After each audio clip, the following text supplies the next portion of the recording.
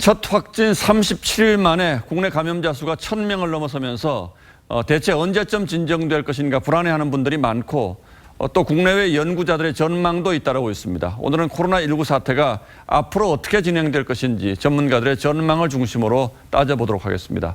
자, 강동원 기자. 예. 우리나라의 감염자 수가 10,000명을 넘을 것이다. 이런 얘기가 있는데 이건 어디서 나온 얘기입니까?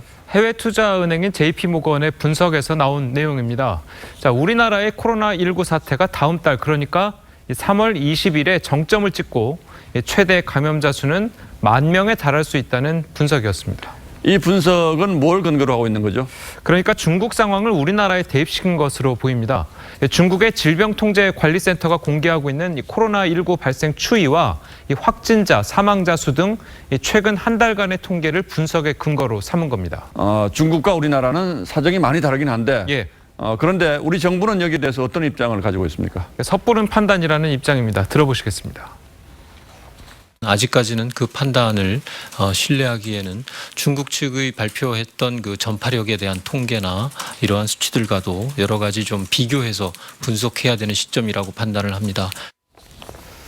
전문가들 역시요, 이 분석을 할 만한 자료나 통계가 부족한 상황이어서 확실하게 예측을 할 수는 없다는 의견입니다. 들어보시겠습니다.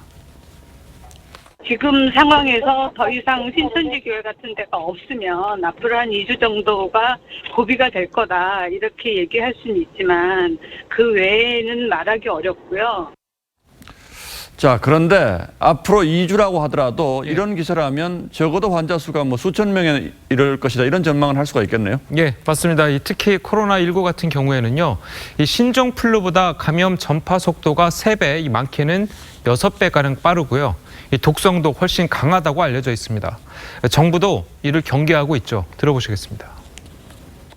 코로나19는 저희가 한 달 정도 역학조사와 환자의 발생 양상을 보면서 이제 가장 좀 곤욕스러웠던 거는 감염력이 굉장히 높고 전파 속도가 너무나 빠르다는 겁니다.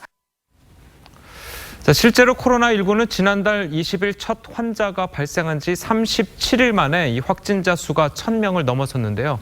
신종플루 같은 경우에는 확진자 1,000명이 나오기까지 80여일이 걸렸었습니다. 자, 그렇군요. 최근 하버드 대학교의 한 감염병 전문가가 1년 안에 전 세계 인구 최대 70%가 감염될 수도 있다. 이런 전망도 내놨는데 예. 물론 그렇게 되지 않기를 바라겠습니다. 예, 강동원 기자 잘 들었습니다.